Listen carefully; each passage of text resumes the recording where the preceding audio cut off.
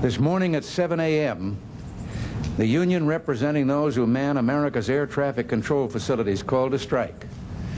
This was the culmination of 7 months of negotiations between the Federal Aviation Administration and the union.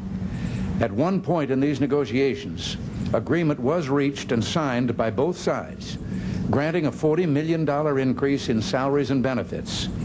This is twice what other government employees can expect. It was granted in recognition of the difficulties inherent in the work these people perform. Now, however, the union demands are 17 times what had been agreed to, $681 million. This would impose a tax burden on their fellow citizens which is unacceptable. I would like to thank the supervisors and controllers who are on the job today helping to get the nation's air system operating safely. In the New York area, for example, 4 supervisors were scheduled to report for work and 17 additionally volunteered.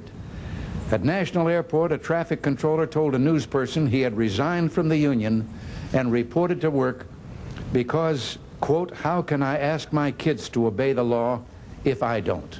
End quote. This is a great tribute to America. Let me make one thing plain. I respect the right of workers in the private sector to strike. Indeed, as president of my own union, I led the first strike ever called by that union. I guess I'm maybe the first one to ever hold this office who is a lifetime member of an AFL-CIO union. But we cannot compare labor management relations in the private sector with government. Government cannot close down the assembly line. It has to provide without interruption the protective services which are government's reason for being. It was in recognition of this that the Congress passed a law forbidding strikes by government employees against the public safety.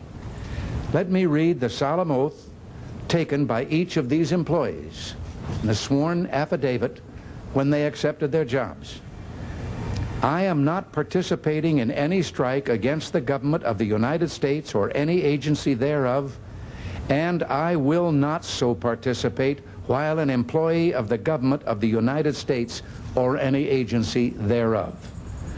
It is for this reason that I must tell those who fail to report for duty this morning they are in violation of the law, and if they do not report for work within 48 hours, they have forfeited their jobs and will be terminated.